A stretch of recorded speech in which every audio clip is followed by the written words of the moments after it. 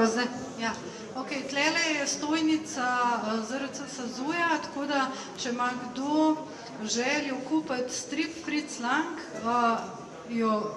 ga dobi na stojnici, mogoče avtor celo podpiše ali pa kaj nariše. Tako da na poti ven je stojnica pa pač, ali pa če prinesem sem kakšen strip, povejte mi pa se dogovorimo po pogovoru. Tako da zdaj pa kar predajem besedo. Velja, lepo pozdravljeni. Danes bova z Zoranom govorila, zagotovo ne prvič pa v avli Filozofske fakultete. In sicer, ker imamo dovolj malo časa, razmislite, če imate kakšno vprašanje tudi sami, ker boste kasneje pozvani k sodelovanju. Glede na to, da čeprav so nas povabili sociologi, čeprav sem tudi jaz sama tukaj magistrirala iz sociologije kulture, bi se mogoče lotila malo zgodovinjanja najprej. Namreč sam si narisal ne samo zdaj to serijo biografskih albumov, ki so se začeli pravzaprav tam od Cankarja, Plečnika, potem smo imeli še Tonija Mrlaka, tudi vmes, zdaj imaš Fritza Langa, ampak si se v bistvu z zgodovinskim stripom ukvarjal že prej, tudi leto 1941 pa 1943 oziroma 1945. Kako primeren medij je strip sploh za prikaz neke zgodovine? Zaradi tega, ker zanima me, do kakšnih omejitev tukaj pridemo. Veliko enih stvari lahko pokažeš skozi sliko, veliko manj stvari lahko napišeš. Se ti zdi, da ima strip kot medij kakšne omejitve, sploh glede na to, da ima ta predsodek, da to ni resno čtivo? Strip se mi zdi zelo primeren medij za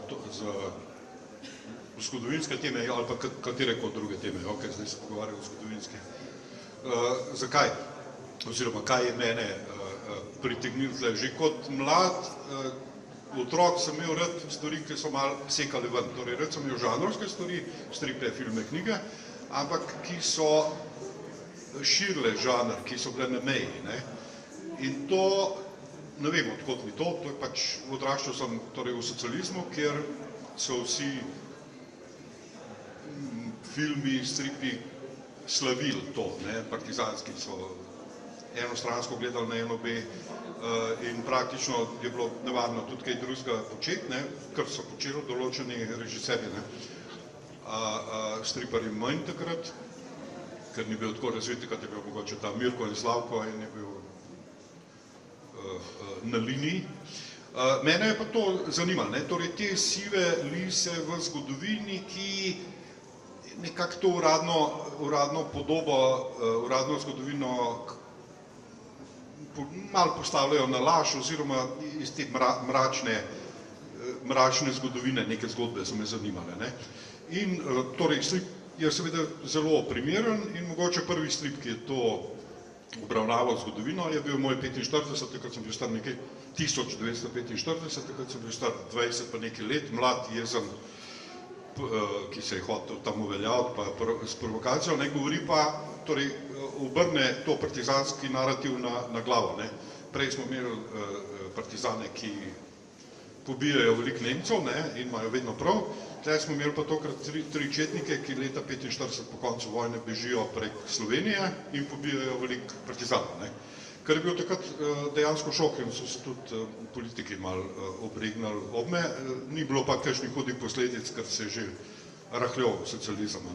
Ampak ta želja, rekel, še preden sem se dobro zavedal, zakaj to počnem, sem že to počel, da sem rušil te pravila, tabuje, te resnice neke večne. No, potem, ko je prišla recimo naša deželna demokracija, pa to ni bila več taka stvar, ampak še zmeri se nekateri obnašajo, kot da se je zgodovina začela leta 1991, še zmeri obstajajo pravoverne teme in če rečeš kaj proti Sloveniji, mislim, če rečeš kaj proti Sloveniji, če rečeš o Mrlaku, rečejo, ti pa ne maraš Slovenijo. Mislim, čakaj, zakaj? Sej ni, mislim, to se je tudi zgodilo. Jaz imam da bom rekel, rad Slovenijo, ampak zakaj to pomeni, da sem jaz zdaj proti državni element, če neke teme ven potegnem, ki niso pač državotvorne, ne? In, to je nekaj, kar me je praktično zasledovalo vse moje ustvarjanje, ne? Mogoče problem je pač malo nastal takrat, ko je ta država začela naročati od mene, ne? Ko je Mestni muzej naročil Ljubljana 41-45, kjer pa praktično ne smem, se nisem smel opredeljevati, oziroma ta moj vložek je bil minimalen, ne? Jaz sem moral to... Spomin in sanje Kristine Bar. Spomin in sanje, ja, tako. In pač sem se prilagodil temu, ne? Če je stvar naročena, ne? Je treba spoštovati želje naročnika, ne? In tudi to je strip, ne? Ni zdaj tega mojega avtorskega vložka, ampak je neki objektiven pogled na zgodovino, ki bo mogoče na dolgi rok bolj preživel kot te moje osebne avtorske interpretacije. Sicer pa ja, malo se mi zdi, da se tukaj pozna, da recimo, ko si sam delal stripe, vsaj pred to serijo, ko si delal scenaristi, si se mogoče malo bolj satirično loteval zgodovine, zdaj Fritz Lang je pa spet samo tvoj strip in je pravzaprav precej resen.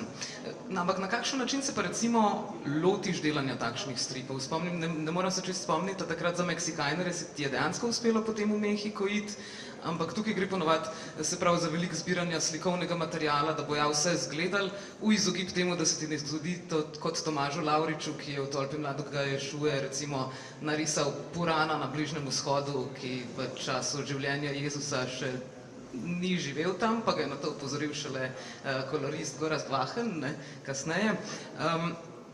Kaj torej narediti, da se izogneš temu? Kje sploh najdeš vse te stvari? Verjetno, ko si delal s Blažem Burnikom, on delal v muzeju, on je verjetno tudi sam kaj priskrbel. Zdaj, a je bilo v sodelovanju s Košalcem tudi tako? Kako je bilo recimo s Fritzem Langom? Tukaj si bil pa povsem na svojem. Kakšen je torej ta tvoj proces pri tem zgodovinjenju stripov? A to res pomeni, da če pogledamo vsak kvadratek, pomeni, ja, tako je izgledal Ljutomer v začetku 20. stoletja?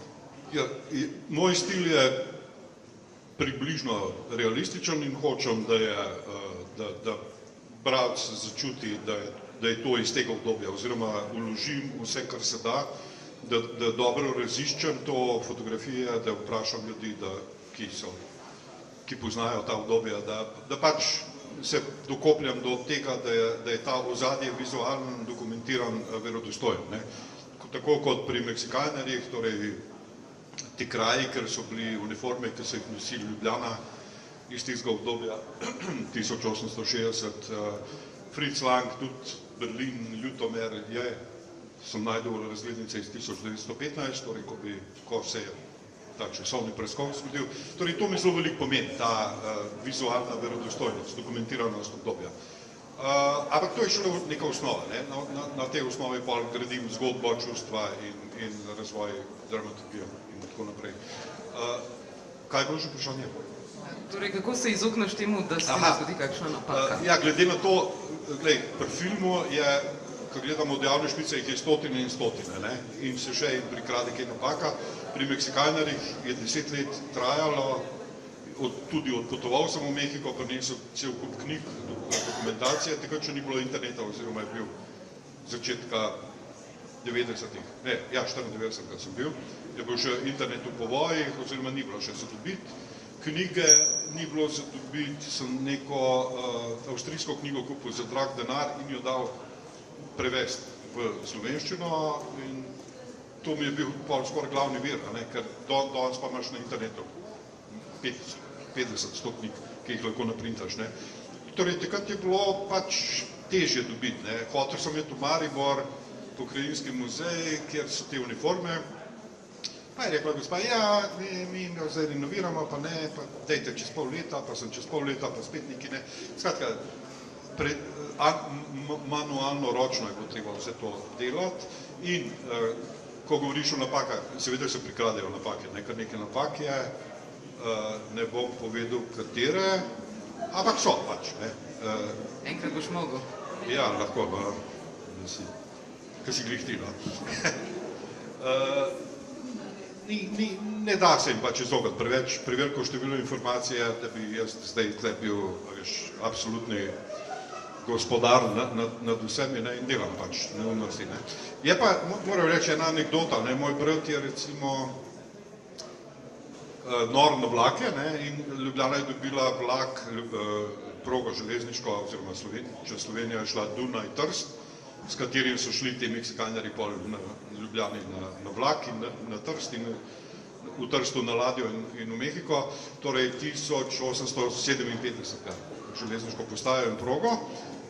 In jaz, ko sem jo narisal, sem narisal eno tirno, ne? In moj brat, ki se zelo dobro spozna, je rekel, tudi javno tako, da me diskreditiral pred takim auditorijem. Je rekel, ja, v redu je, takrat je bila dvotirna, ne? Ok, napaka, priznam, rekel, hvala brat, dragi moj. In čez pol leta pa on pride k meni, ti, a veš kaj, nekaj ti imam zapovedati, na sam. Ja, malo mi je narodan, ne vem, če bi ti povedal, ne.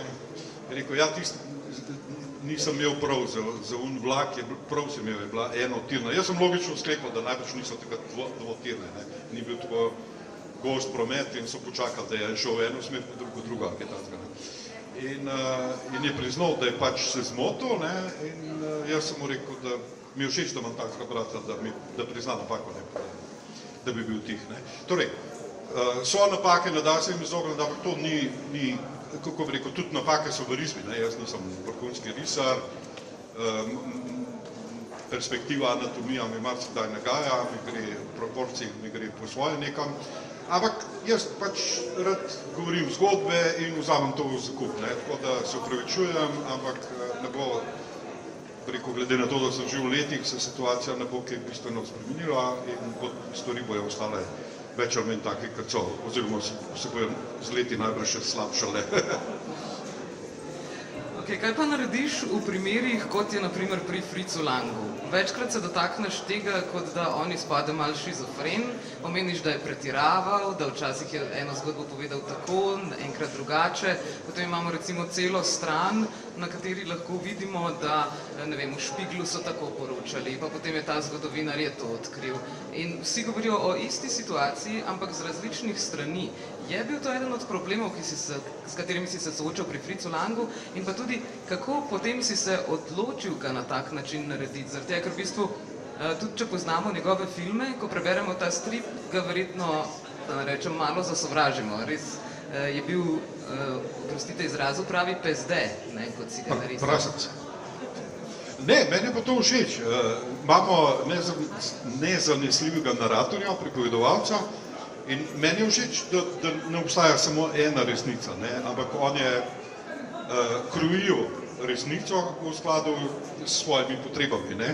In tle niti ni bistveno, kaj je res, pa kaj ne, ampak je bistveno, da je on hotel držati pod nadzorom vse svoje filme, vse svoje ljubice, vse svoje tehnično osebje, ki so snemali filme, in tudi celo svoje življenje. Njegovo življenje bi bilo najbrž ne preveč zanimivo, ne, izven filmov, ampak on je naredil iz tega tudi režijo, tudi en svoj vrsten film, jasno, da je lagal, vsi mi lažemo pripovedovalci, ne, on je bil pa še malo bolj talentiran pri tem, in če je lagal, ne, ni toliko bistvo v tem, da se je zlagal tu ali tam, ali da je pozabil, kaj se je zlagal, ampak bistvena je ta obsedenost s tem, da bo on nadzoroval cel svet, da hoče režirati ne samo filme, ampak svoja in celo tuja življenja.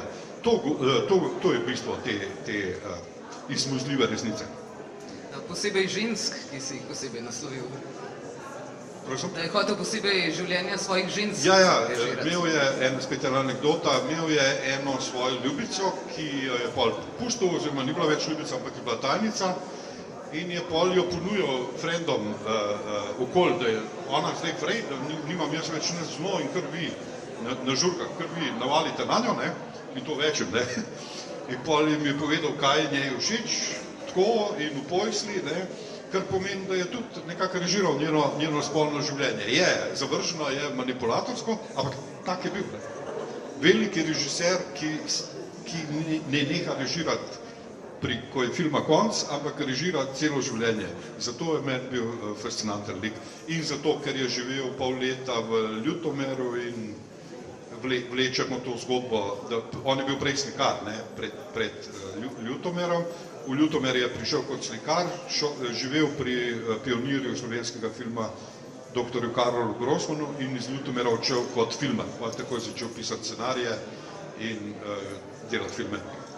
Ja, filmov je malo morje, res je vse skupaj zelo zgoščeno. Zdi se, da imaš tukaj več teksta, kot recimo pri prejšnjih biografskih stripih.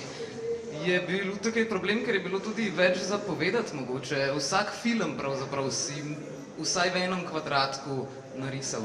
Ja, mogel sem se odločiti, a bom kakšne filme spuščal ali ne, ampak pa sem rekel, ne, vse bom obdelal, vsaj z eno sličico. Tudi slab film je pomemben film, ne, tudi v slab film uložiš, v slab strip, tudi jaz imam kakšne slabe, ne boš verjela. Ampak tudi to so tvoji otroci in uložiš dušo in srce in pač ne izpade dober, ne. In zakaj bi zdaj to spuščal iz svoje biografije, ne, tudi to sem jaz in tudi to je on. Torej, manj pomembne filme sem na kratko ošvrtnil, ampak sem rekel, da bom šel vse. Ja, scenarij je bil na začetku dolg, ne vem, nekih 150 strani, potem sem zmanjšal na 100, potem sem še ven metal, ko sem upisoval tekst in videl, kako se obnaša tekst pa sličica. Torej, bistvo pri stripu je, da tekst in sličica zaživita v lepem odnosu spolnem, če je možno, tako da je veliko strasti. In zdaj, vsi smo nekako zaljubljeni v te svoje tekste in težko se jih znebimo. Jaz sem ga prečistil, ampak praviš, da je še predolg, najbrž imaš ti prav. Samo opazila sem, da ga je več kot pri drugih, tako da ne mi polagati besed v usta. Nič ti ne očitam. Dodatnih. Mi je bilo pa zelo zanimivo, da kljub temu, da je strip išel v enem albumu, imaš nekje vmes napisano konec prvega dela. Čemu? Aha, ja, nekako je razdeljen na dva dela. Neki, kaj pa je svet, del, mislim, da ta berlinsko-slovenski pa pol ameriški. Mogel bi pogledati že kar nekaj časa.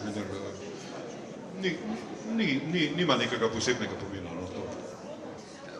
Mogoče se dotakneva še tega, na kakšen način je ta album sploh nastal, kako je prišlo do njega.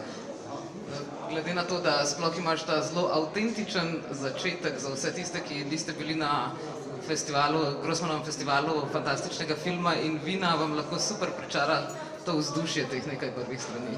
Torej, ta festival Grossmanov je torej v Ljutomeru, v mestu, kjer je Lang živel in kjer je pol leta in kjer je živel dr. Karl Grossman, ki je posnel prve slovenske amaterske filme. In te možakarje so očitno rekli, priznali, da so brali moje stripe, ko so bili mladi in da sem jim jaz pokvaril otroštvo z mojimi packarijami. In da je vplival na njihovo preko psiho, nepovratno in so pač zaradi tega ustvarili ta festival teh grozljivk, kjer je vse krvavo in grozno in hodijo zombi našminkani po mestu in te strašijo. Ampak po drugi strani pa je zelo prijazna atmosfera. In nekega dne so zbrali koražo in so me povabili na ta festival in jaz sem prišel in sem videl, da je zelo fajn, sem se počutil kot riba v vodi. Torej, delili smo si slab humor, slab okus, slabe filme, neokus, tako, pač noben nas ni štekal, mi smo se pa kar štekali med sabo, in slabe vice in vse,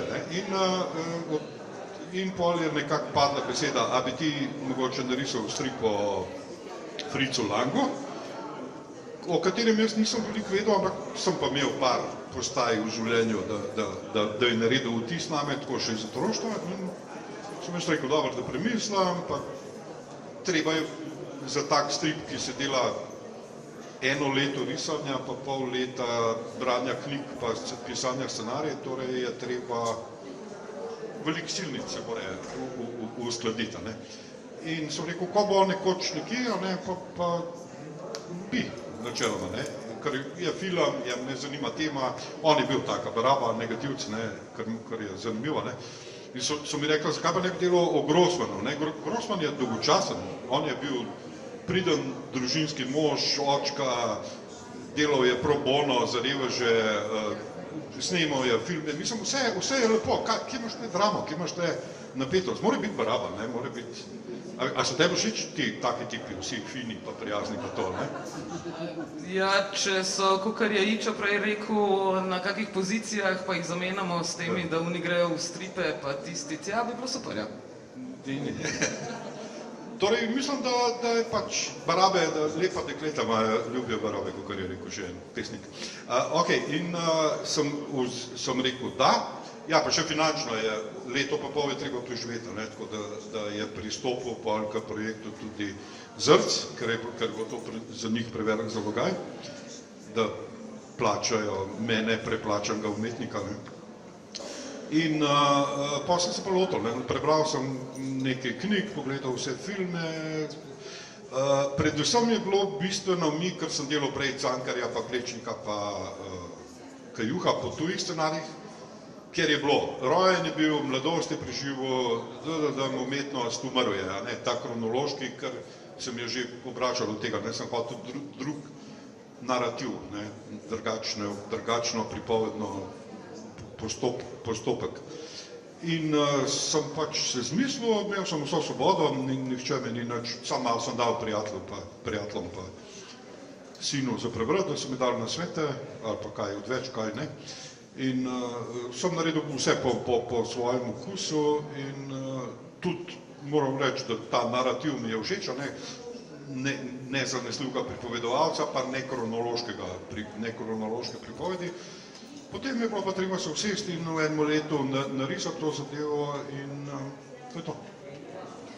Sicer pa, zdaj bo to mogoče rahlo provokativno vprašanje, pa vendar. Slišala sem eno teorijo filmskega kritika iz Dunaja, ki je v nekem trenutku videl to fotografijo, ki jo imaš narisano in tudi razstavljeno tukaj, če se ne motim, takoj za vrati, kjer vidimo Langa, ki kleše kip.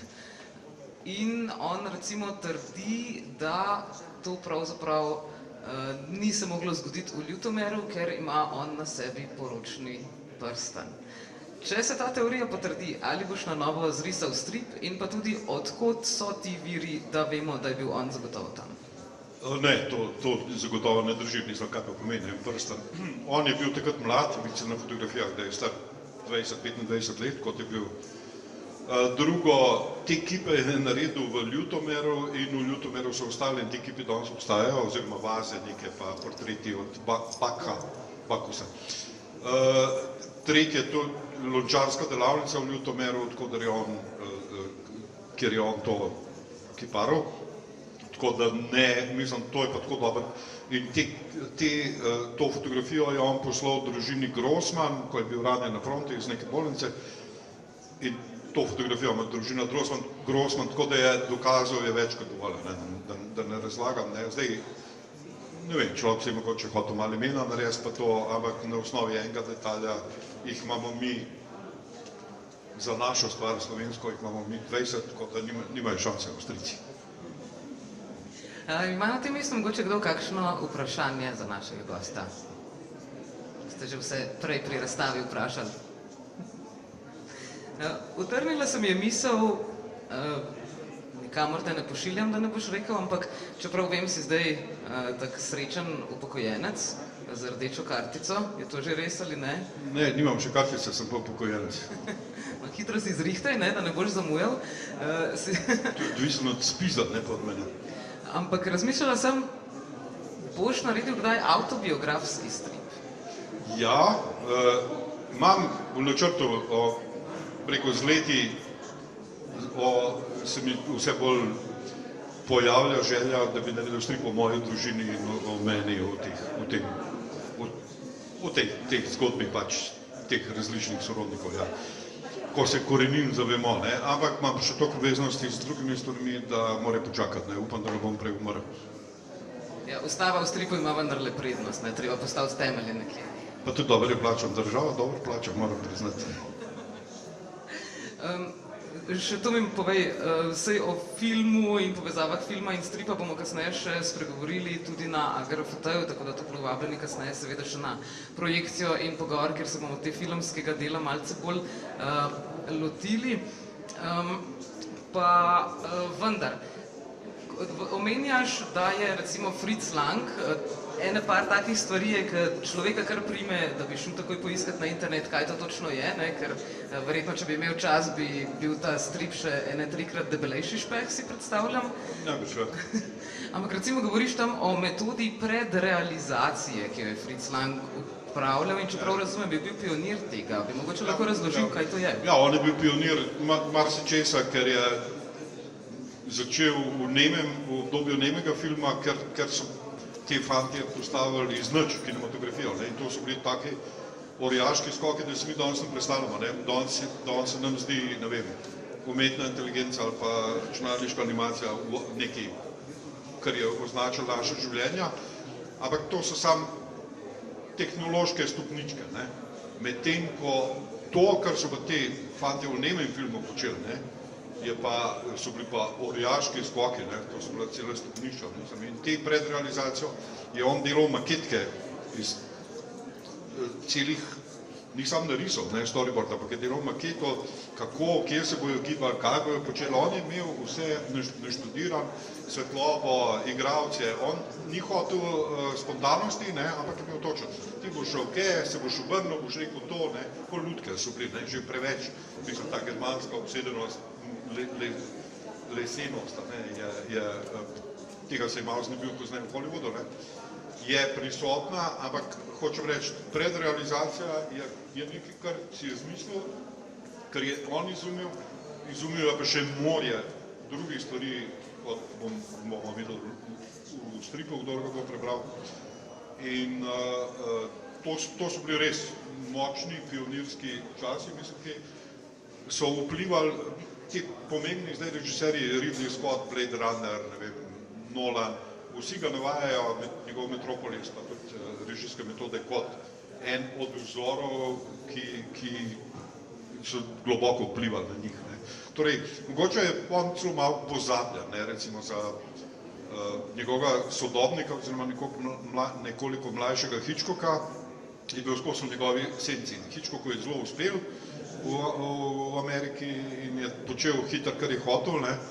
Lang je pa nekako ves čas v B-filmih, pa ni se znajdel, pa ni boril se tako za preživetje. Ni, da bi bil revan, ampak nekako mu ni šlo v Ameriki. Ta avtorski film, ker je bil on šef, absolutni gospodar v Evropi, in režiser, ki je bil neka najeta delovna sila v Ameriki, mu ni šlo. V Ameriki je sicer naredil 21 filmov, ampak marsikaj od tega je slabega. Ampak teh velikih korakov ni bilo, obstaja pa ta, bom rekel kar z besedam Marcela Štefančiča, sem ga vprašal, kaj je bistvo tega Langa. V enem stavku. Če pogledaš iz vesolja, če pogledaš iz rakete, takole, je to, da je on združil evropski in ameriški film.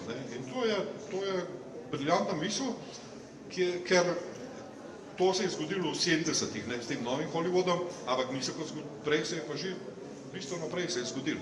Tako da, če odkrivamo zgodovino, se tukaj skriva marsikaj zanimivega, pa ko smo že pri Marcelu, še eno misel je rekel, ki mi je hudo, da se jaz nisem spomnil, ampak se nisem, je rekel, da je nemi film bolj podoben stripu kot zvočni pa barvni film. Zakaj? Zato, ker nemi film je mogel ustvarjati spodoben, govoriti spodoben in strip govori spodoben. Sicer imamo tudi neke besedila v nemem filmu, tiste mednapise, pa v stripu oblačke s tekstom ali tiskalije, ampak predvsem je treba bralcu s slikam vizualnim povedati, kaj je tle bistveno, kaj se tle dogaja. Vizualno se mi zdi bolj bistveno kot besedno in to je nemi film imel in to je Lang imel. Torej, še ena taka povezava. Tudi sam si se igral s podobami, ko si risal v dveh različnih tehnikah ta strip. Kateri dve sta bili to?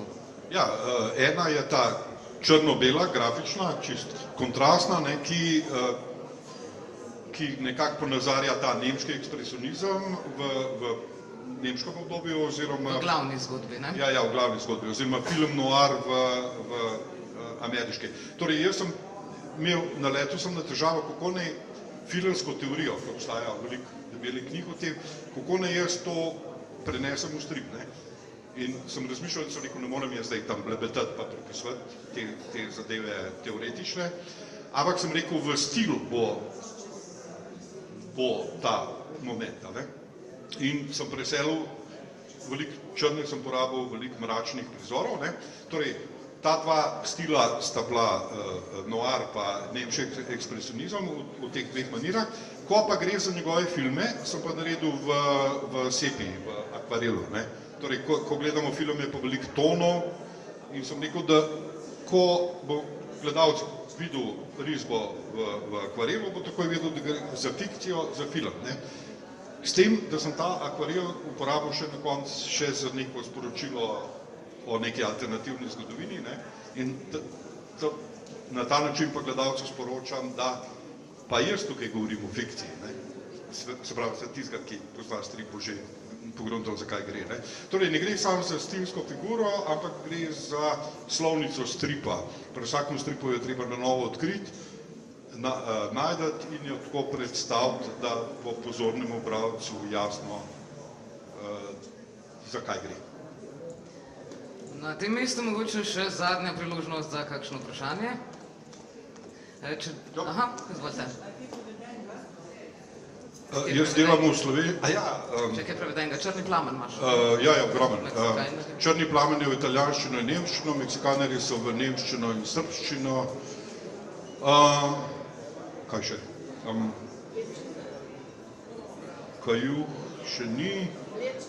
Plečnik je v češčino, pa v nemščino. Tako, kar precej, ja. Saj kako pa recimo s tem, tu se res zdi, da biografija Fritz Langa, sicer neke vrste biografski strip že obstaja v tujini, je pa informacijsko zelo bolj skop in na drugačen način narejen. A se je tu recimo mogoče že pojavila kakšna ideja, želja iz tujine, da bi se tukaj prevajalo? Ja, moj založnik iz Dunaja je že napovedal, da bo Fritz Lang, da bo preveden avstrijsko, jasno. To je pa pokriva celo nemško govorno področje. Tako da bo tudi tam, seveda, Fritz Lang. Praviš kaj novega? Ja, mislim, letos delam pač za državni zbor, pa neke karte, ampak naslednja bil... To je nekaj drugega kot ta ustava. Ja. Torej, ustava v stripu je bila, to je za državni zbor projekt, ustava v stripu je bila pred 15 leti, letos sem naredil državni zbor v stripu, je išel, lani sem ga naredil, letos bo pa išel v Slovenijo v stripu, da bojo imeli trilogijo, kot vse veste, Potri in Gospodar prstanov in strip, državni zbor v stripu. Ampak to so take izobraževalni stripi, ne. Ko bom to končal, se bom pa posvetil mojemu priljubljenemu filmskemu režiserju Semu Peckinpahju, ki je tudi ki je tudi v Sloveniji posnel film, sicer Železni križec leta 1976. Kje so pa to snemali? V Obrovu, v Brkinih, spali so je to kar taka huda zasedba, Maximilian Schell, James Cooper, Senta Berger. To je bila zadnja velika filmska produkcija pri nas, tudi ta hrvaški Jadran film, bilo je tudi kar nekaj... Slavko Štimac, ja. Bilo je tudi nekaj slovenskih igralcev, tudi Slavko Štimac, ja.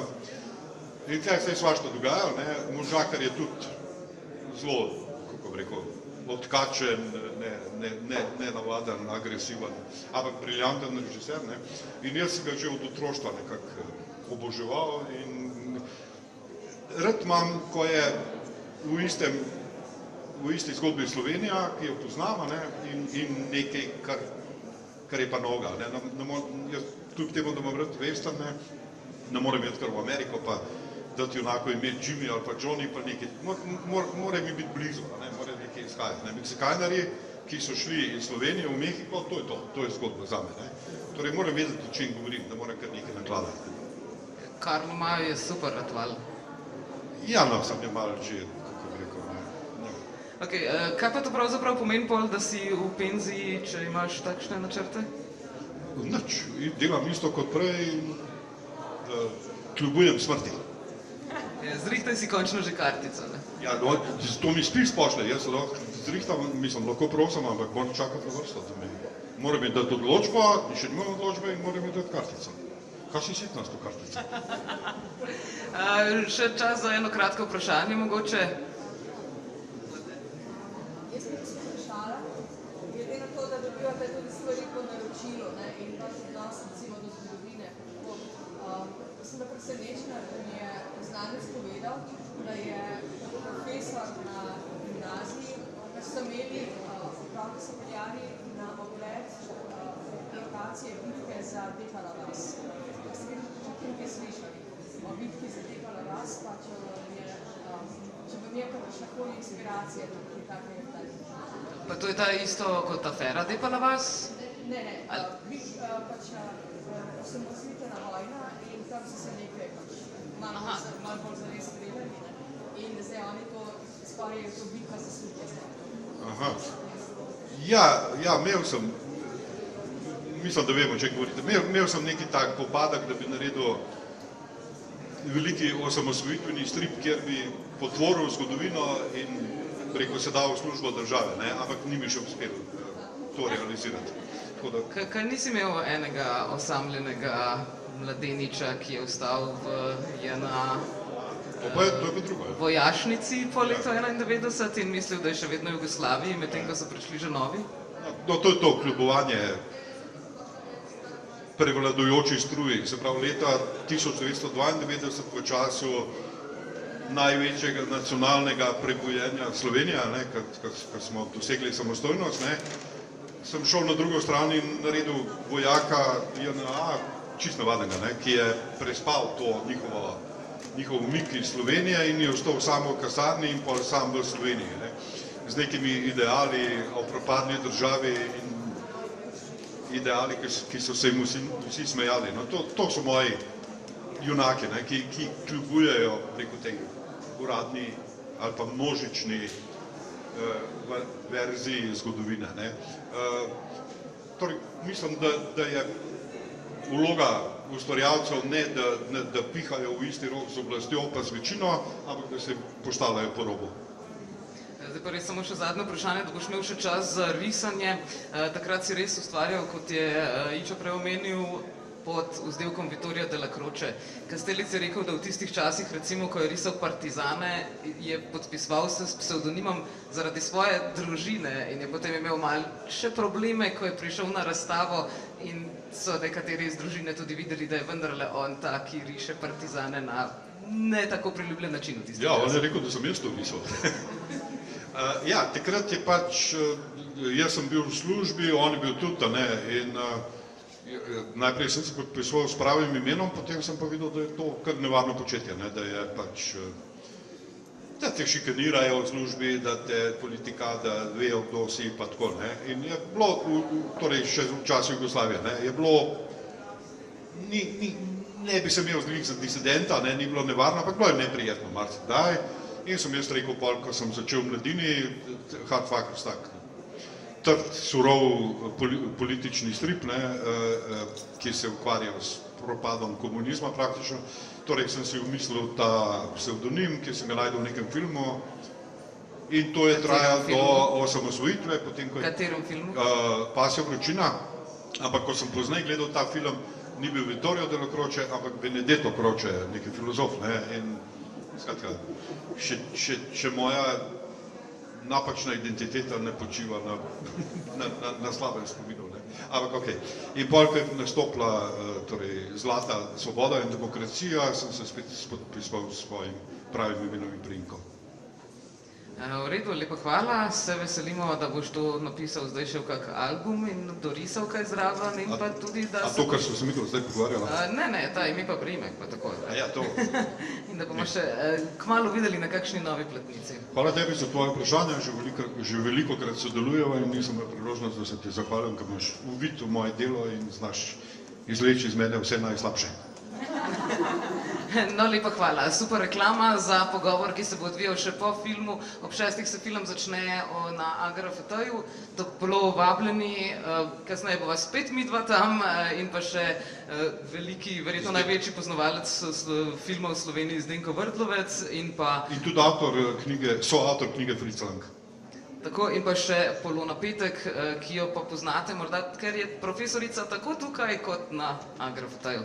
Lepa hvala za obisk in se vidimo kmalu.